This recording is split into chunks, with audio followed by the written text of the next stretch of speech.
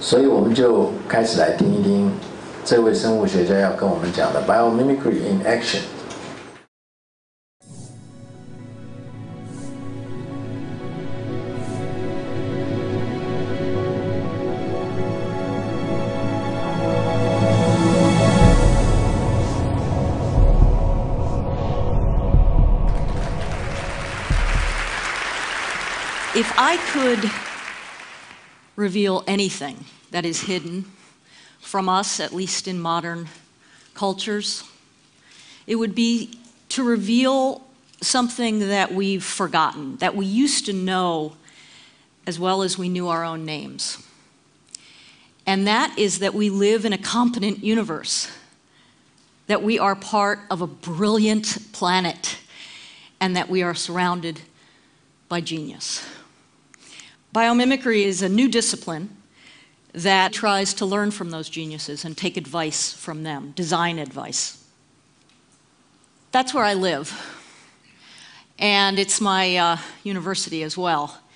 I'm surrounded by genius. I cannot help but remember the organisms and the ecosystems that know how to live here gracefully on this planet.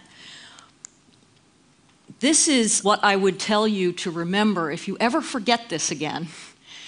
Remember this. This is what happens every year. This is what keeps its promise. While we're doing bailouts, this is what happened. Spring. Imagine designing spring. Imagine that orchestration. You think TED is hard? 他在这里对着几千位来听演讲，以及世界上有这个非常非常多人听他的这个演讲的人说，想象一下你要设计一个春天，想象老师给你的一个题目是说设计一个春天。春天这件事情，你仔细想，非常复杂。每一个植物，每一种动物要互相讲好，它才能够在春天开始变成一个模样。自然界让四季随着大家讲好的时间去变模样的这件事情，是一个非常困难的事情，所以他才会说，想象你要 design spring， 就是你要设计春天。Imagine that orchestration. You think TED is hard to organize, right? Imagine, and if you haven't done this in a while, do.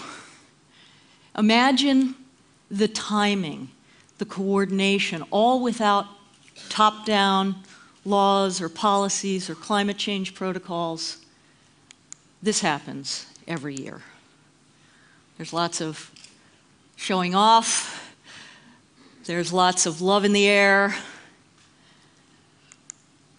There's lots of grand openings. And the organisms, I promise you, have all of their priorities in order. I have this neighbor that keeps me in touch with this because he's living usually on his back looking up. 他现在在讲他的一个邻居，一个7岁的小朋友，他常常跑来跟他讲话。所以，各位请多花一点心思去听这位小朋友跟他在讲话的时候，让这位生物学家去思考的一些问题，非常深刻，可是对我们想做设计的人非常有用。At those grasses, and one time he came up to me. He was about 7 or 8 years old. He came up to me, and there was a wasp's nest that I had let grow in my yard and right outside my door. And most people knock them down when they're small, but it was fascinating to me because I was looking at this sort of fine Italian end papers, and he came up to me and he knocked. He would come every day with something to show me, and he'd knock like a woodpecker on my door until I opened it up. And he asked me how I had made the house for those wasps, because he had never seen one this big. And I told him, you know, Cody, the wasps actually made that. And we looked at it together. And I could see why he thought, you know, it was so beautifully done, it was so architectural, it was so precise. But it occurred to me, how in his small life had he already believed the myth that if something was that well done, that we must have done it? How did he not know, it's what we've all forgotten, that we're not the first ones to build? 他的这一句话我听了很多次，我每一次都非常的感动。感动什么呢？就是他在问我们说，为什么一个7岁的小孩，他就已经，他是透过什么样的教育系统，让他觉得，当东西这么美的时候，一定是人类做的。他已经不觉得自然界有这个能力去做这些东西。所以我们从很小的小孩，我们都让他觉得人类万能，但是忘记了，其实如果你仔细的看，蜂窝的结构是如此的惊人。You know, we're not the first ones to process cellulose. We're not the first ones to make paper. We're not the first ones to try to optimize packing space or to waterproof or to try to heat and cool a structure. We're not the first ones to build houses for our young. What's happening now in this field called biomimicry is that people are beginning to remember that organisms, other organisms, the rest of the natural world, are doing things very similar to what we need to do. But in fact, they're doing them in a way that have allowed them to live gracefully on this planet for billions of years. So these people, biomimics, are nature's apprentices. And they're focusing on function. And what I'd like to do is show you a few of the things that they're learning. They have asked themselves, what if every time I started to invent something, I asked how would nature solve this? And here's what they're learning. This is an amazing picture from a Czech photographer named Jack Headley. This is a story about an engineer at J.R. West. They're the people who make the bullet train. It was called the bullet train because it was rounded in front, but every time it went into a tunnel, it would build up a pressure wave, and then it would create like a sonic boom when it exited. So the engineer's boss said, find a way to quiet this train. He happened to be a birder. He went to the equivalent of an Audubon Society meeting, and he studied, there was a film about kingfishers. And he thought to himself, they go from one density of medium, the air, into another density of medium, water, without a splash. Look at this picture, without a splash, so that they can see the fish. And he thought, what if we do this? Quieted the train, made it go 10% faster on 15% less electricity. How does nature repel bacteria? We're not the first ones to have to protect ourselves from some bacteria. Turns out that this is a Galapagos shark. It has no bacteria on its surface, no fouling on its surface, no barnacles. And it's not because it goes fast. It actually basks. It's a slow-moving shark. So how does it keep its body free of bacterial buildup? It doesn't do it with a chemical. It does it, turns out, with the same dentisols that you had, you know, on Speedo bathing suits that broke all those records in the Olympics. But it's a particular kind of pattern. And that pattern, the architecture of that pattern on its skin dentisols, keep bacteria from being able to land and adhere. There's a company called Sharklet Technologies that's now putting this on the surfaces in hospitals to keep bacteria from landing, which is better than dousing it with antibacterials or harsh cleansers. 从鲨鱼身上不会附着细菌，去思考到在医院的墙上，我们不要用强力的消毒水或者是清洁剂，而是换成另外一种油漆。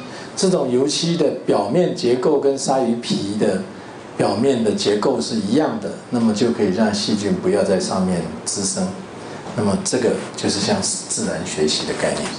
That many organisms are now becoming drug resistant.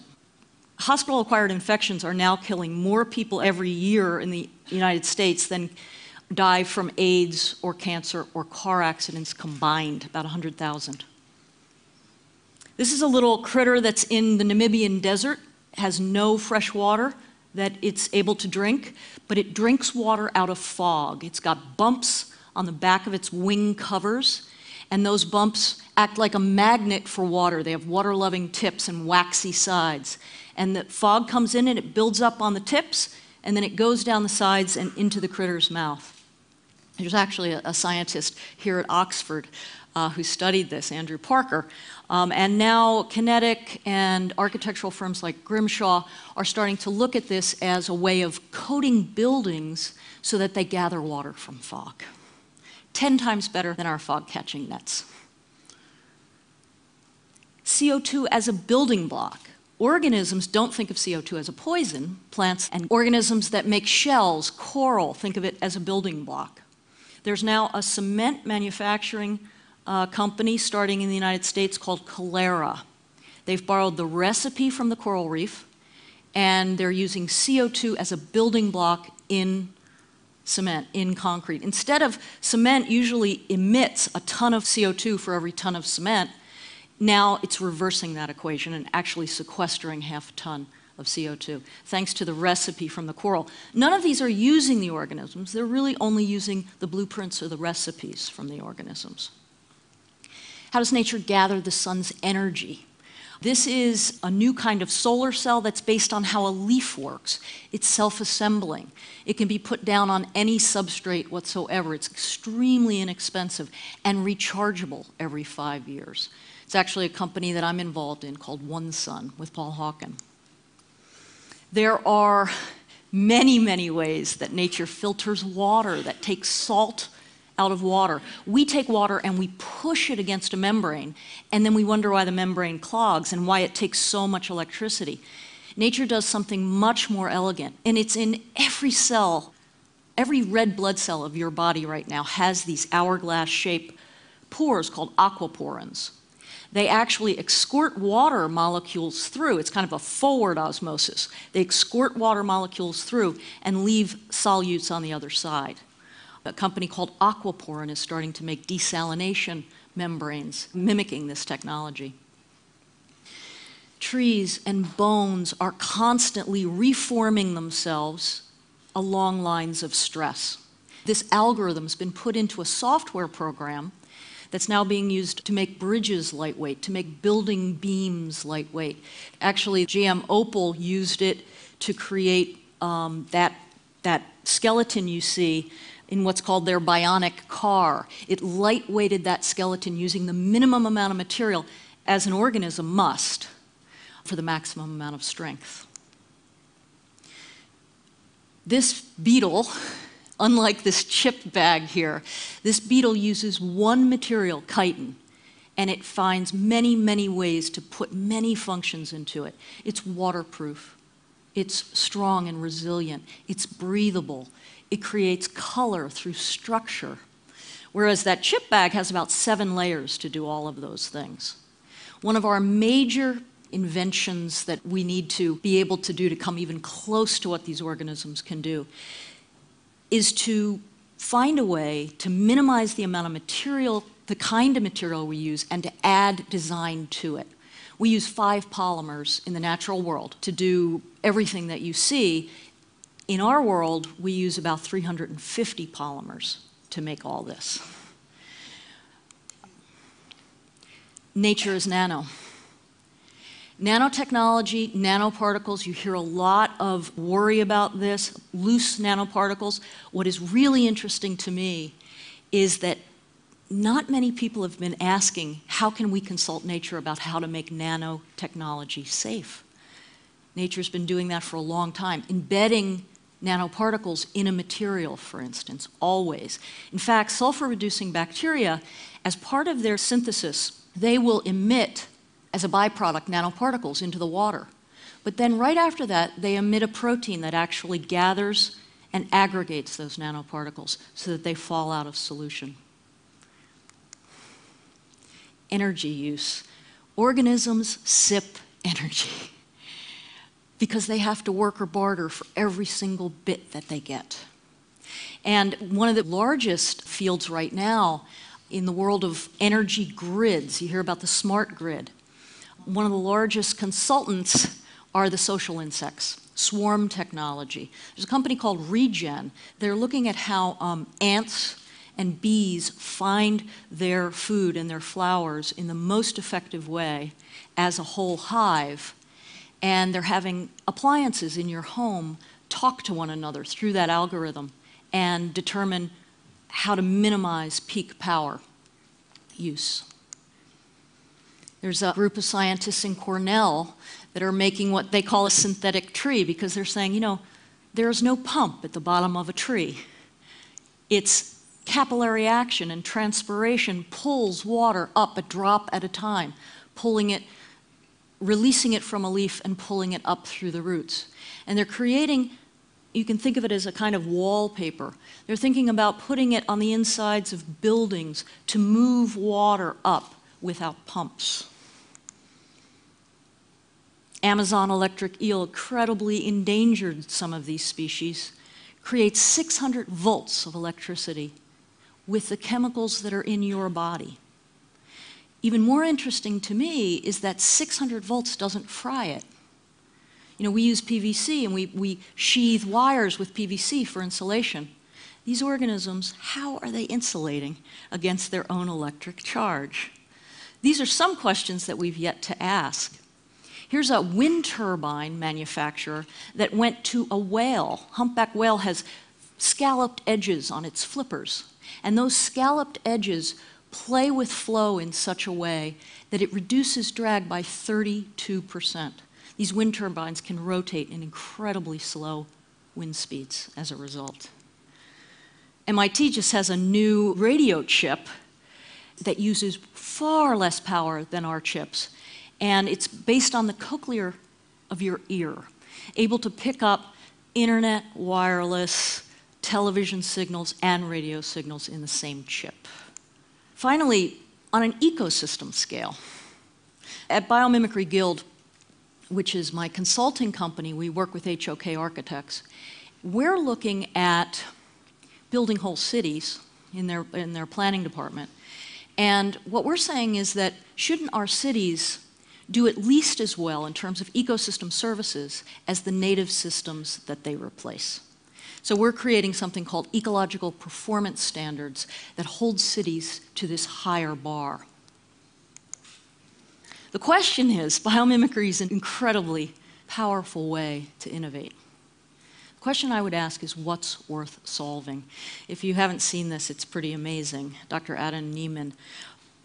This is a depiction of all the water on Earth in relation to the volume of the Earth. All the ice, all the fresh water, all the seawater, and all the atmosphere that we can breathe in relation to the volume of the Earth. And inside those balls, life over 3.8 billion years has made a lush, livable place for us. And we are in a long, long line of organisms to come to this planet and ask ourselves, how can we live here gracefully over the long haul? How can we do what life has learned to do, which is to create conditions conducive to life? Now, in order to do this, the design challenge of our century, I think, we need a way to remind ourselves of those geniuses and to somehow meet them again.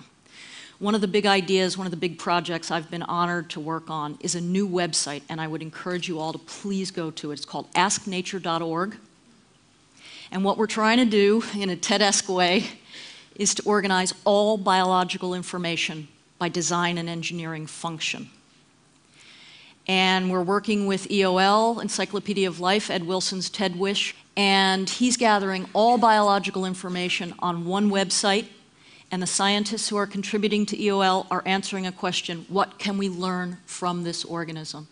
And that information will go into asknature.org, and hopefully any inventor anywhere in the world will be able, in the moment of creation, to type in, how does nature remove salt from water?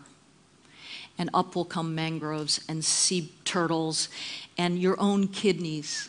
And we'll begin to be able to do as Cody does and actually be in touch with these incredible models, these elders that have been here far, far longer than we have. And hopefully with their help, we'll learn how to live on this earth and on this home that is ours, but not ours alone.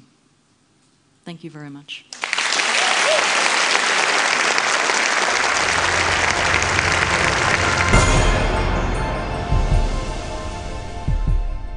刚刚的这一个影片，让我们更清楚的去听到他举的例子啊。那么，我想他的这些例子都非常值得我们思考。